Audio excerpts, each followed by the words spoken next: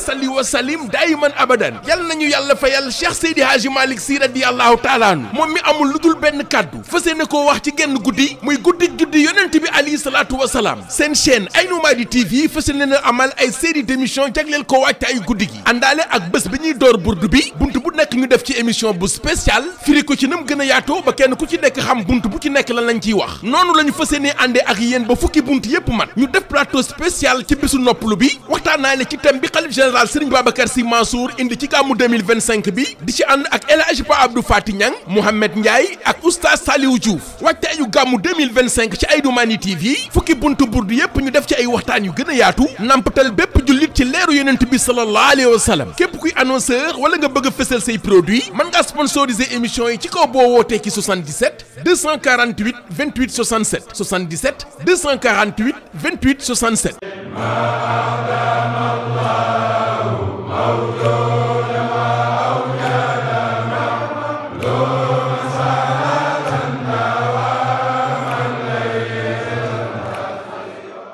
amaat mbégte beneen yoon di ànd ak yéen ci seen chaîne Aïnou Mady TV comme niñ ko defee rek booba ak léegi bis bu nekk ñu jukkil leen benn ci buntu burdu yi nga xamante ne nii Mouhamed Bichri def na ko waaye itam Cheikh Seydi Hadji Malick Sy radiyallahu taala anhu jël ko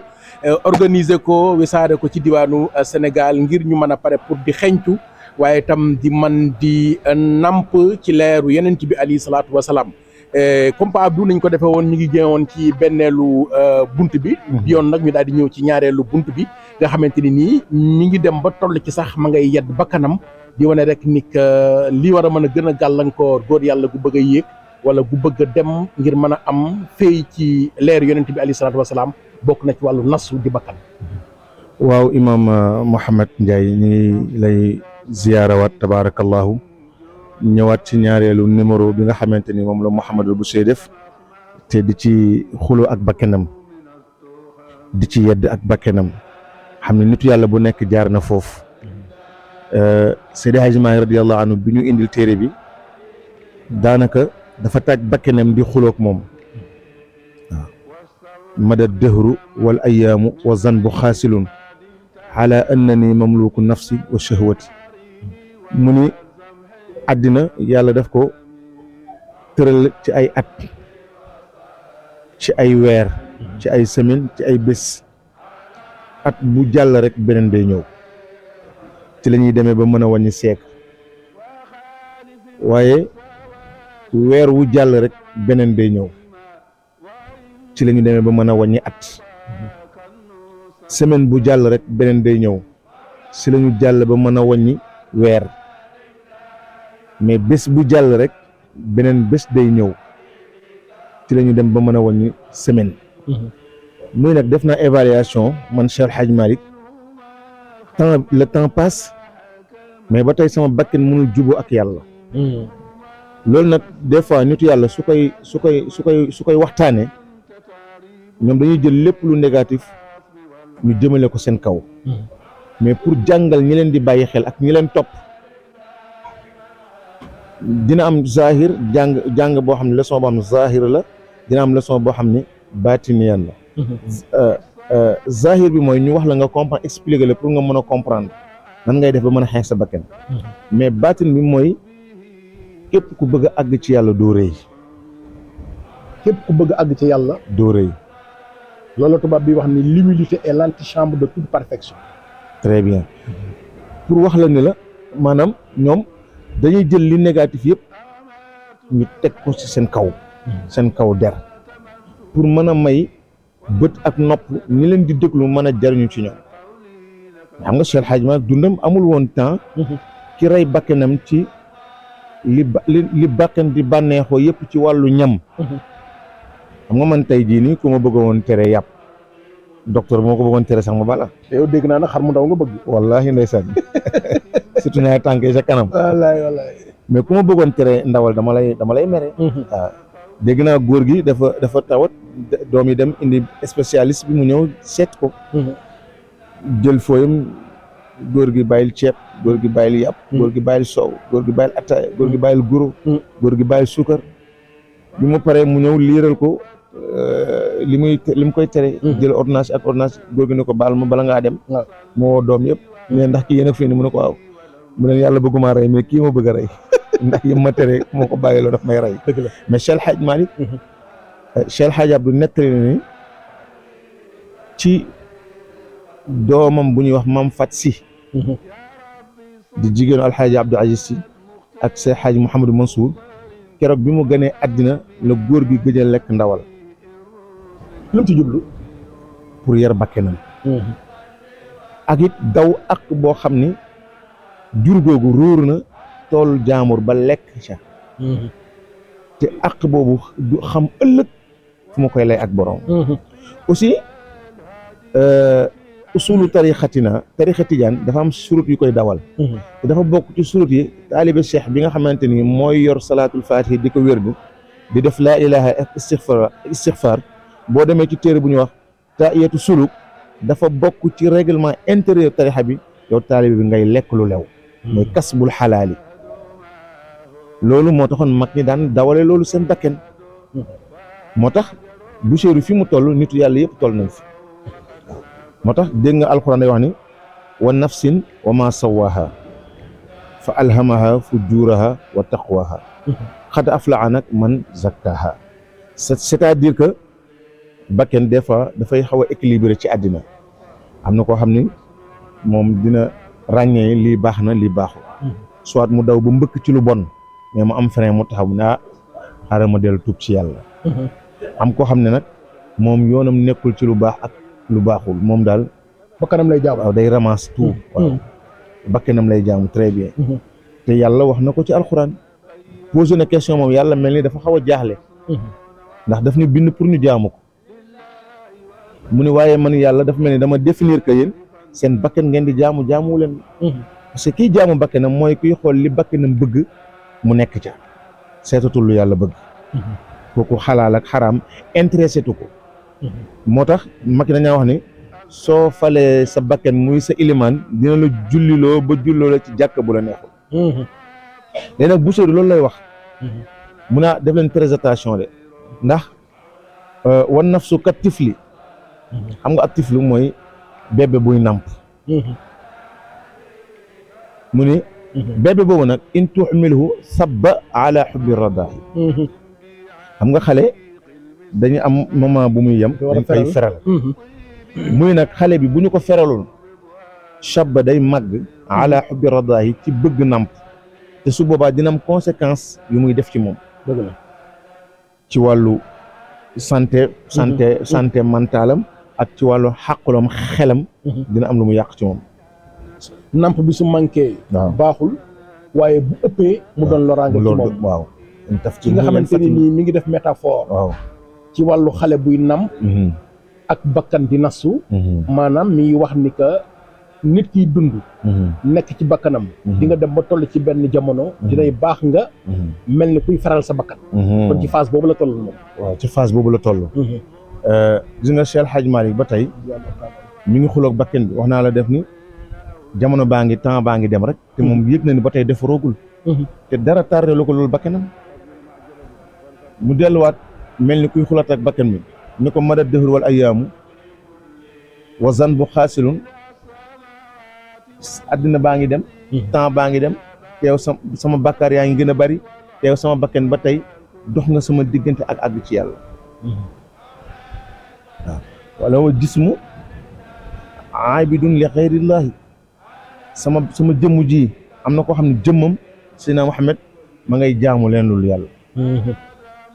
waaw wal jismu aabidun si wallaahi te wallaahu xaaliqu jussati xam nga jàkka ji noddu ni allahu akbar hayya ala salaa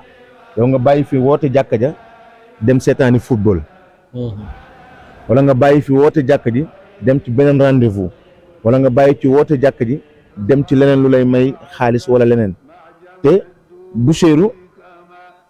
dina ci egsi am na fu muy jooyee lan lay jooy mooy temps bi mu waroon jox yàlla ndeke da ko jox àddina te temps boobu yenent bi sallallahu alayhi wa sallam daf ko juróon lépp sacrifier ko ci borom ba daan xañ boppam ay nelaw guddi di ko jox yàlla te loolu yëpp pour nit mën ca àgg faw imam nit ki defar bakkenam xam nga bakken dañoo wax dafa am ay escalier téere yi wax nañu bakken am na juróom-ñaari escalier yooyu àgg parce que dafa am bakken boo xamante ni mu lay wax an nafsu al amaara bi suu waaw di nga toll ci benn âge boo xam ni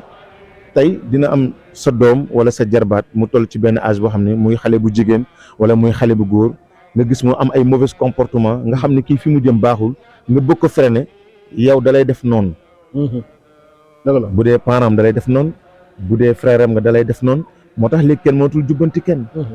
te ci âge boobu nag su ko dépassé rek day chronique ci loo xamante ni ëllëg yéen famille bi yëpp lay impacté mën na la jural yoonu justice yu bëri mën na la jural yoonu kaso yu bëri mën na yàq addinaam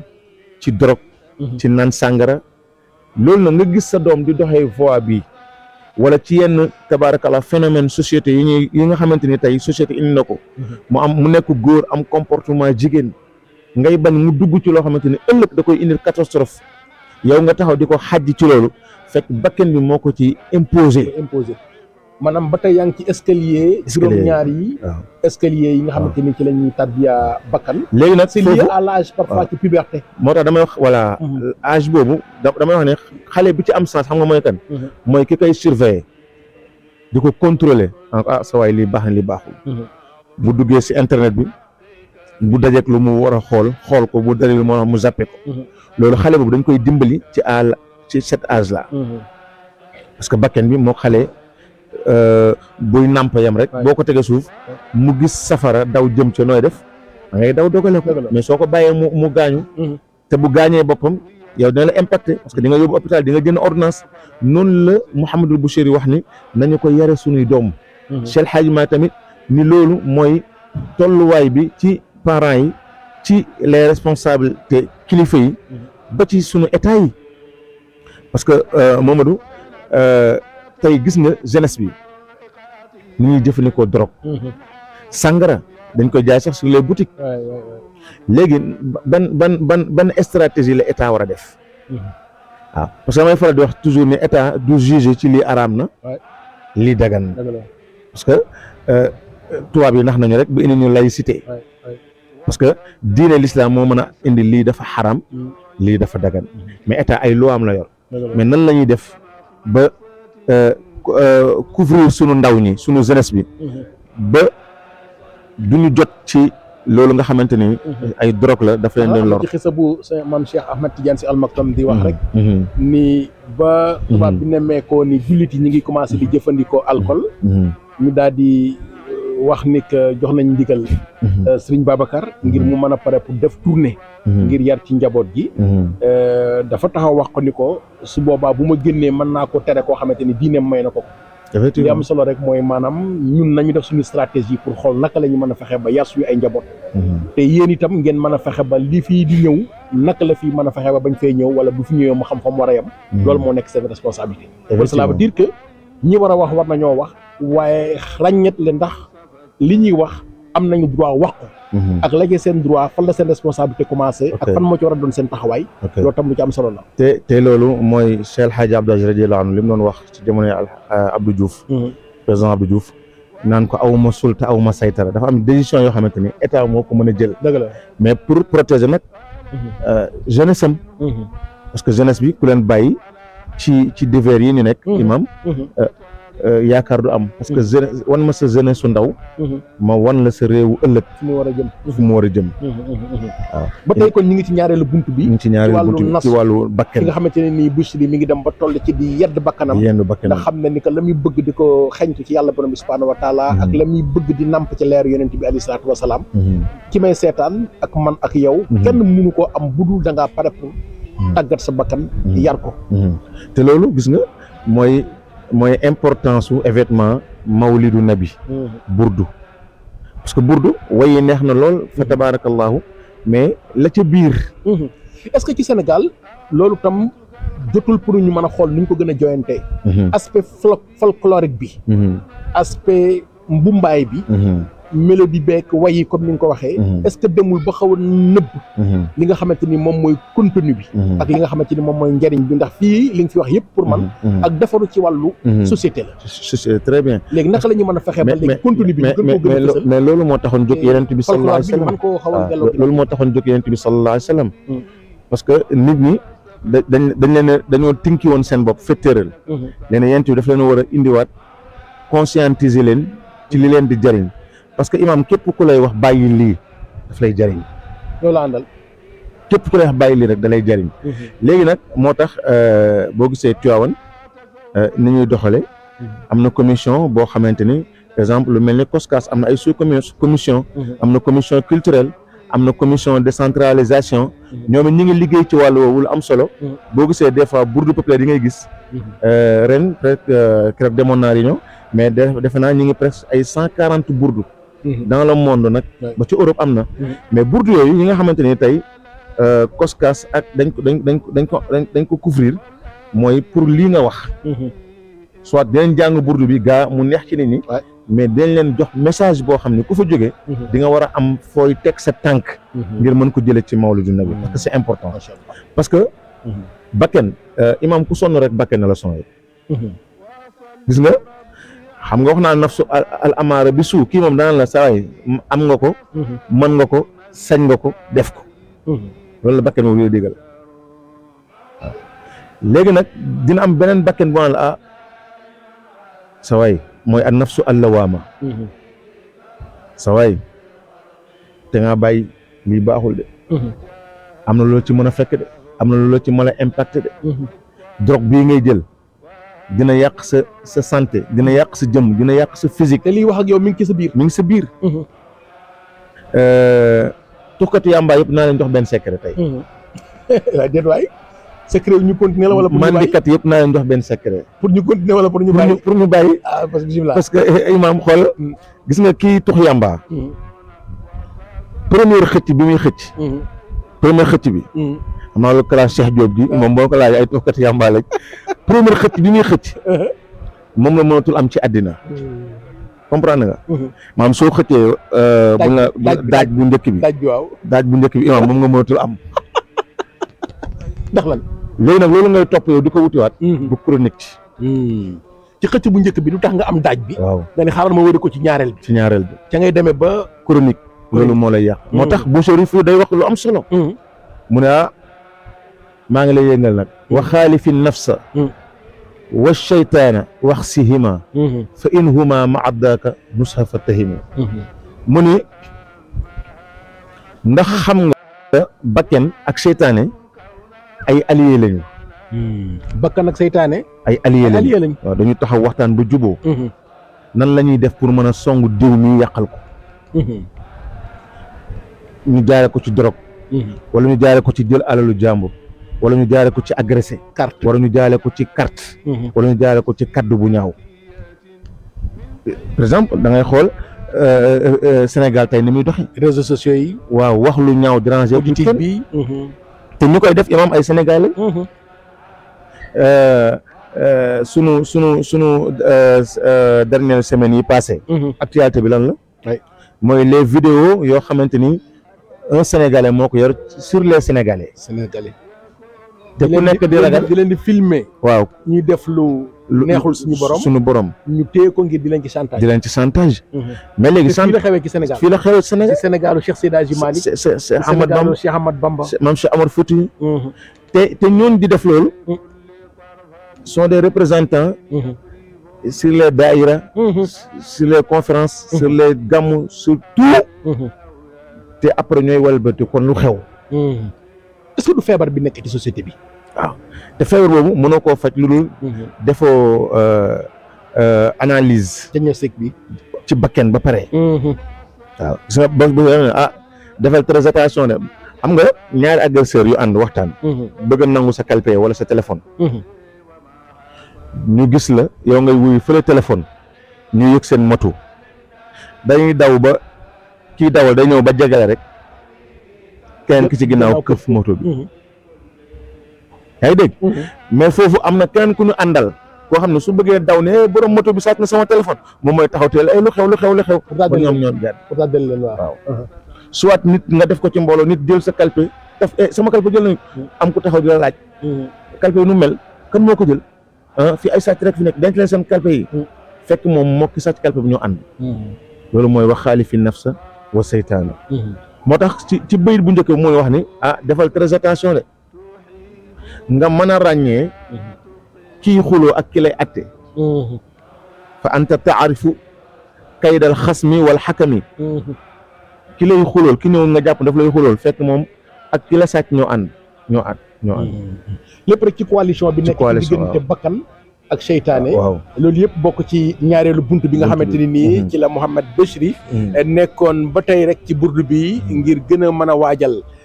li nga xamante ni moom mooy jullit yi ak fu nu munti nekk ci àdduna bi ngir ñu mën a pare pour def ko moom nam defoon mooy maanaam xuloo ak bakkanam yedd bakkanam jéem a fexe feral bakkanam comme ni ab liir wala boog sa doom ji nga yore mu dem ba toll ci nàmp at yam war a nàmp bu demee ba war a yàbbi ween wi ñu fexe ba arrêté ko ci te na mu gënee te mu doon lay gën ca moom nekk lay gën ci wér-gu-yaramam nekk lay gën aussi ci bien-être am ak lu ni mel kon nga ci mën a jàngat rek ni que burdu bi comme ni mu ko waxee njàng mi mélodie yi neex na ñu ngi koy def un peu partout dans le monde waaye jéem a fexe xool naka la ñu mën a waxtaanee ci bunt yi lu ca nekk lan lañ cay wax ak lan lañ ko war a mën a contextualiser ak suñu réew mi fi mu toll mu war a mën a doon njëriñ ci suñu société ñi ngi leen jaajëfal bu baax a baax mu nekkoon rek seen ñaareelu bunt bi di leen jaajëfal ci kanam tuuti rek ñu daal di ñëwaat incha allah fii ak suba ci beneen bunt bi di ñetteelu bunt bi di leen di ñaan ngeen di wéy di abonné di leen di ñaan ngeen di wéy di partagé waaye tam seen i commentaire dañ koy soxla.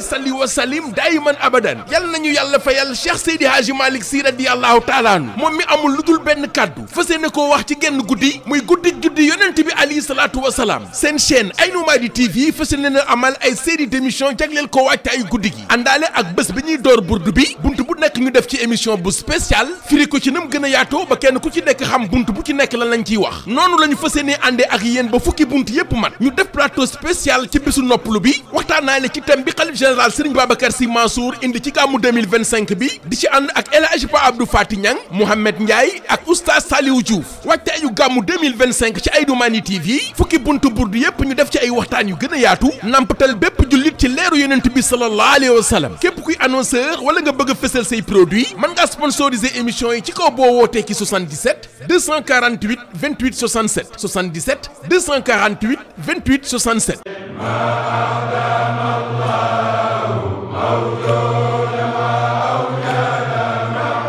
مولانا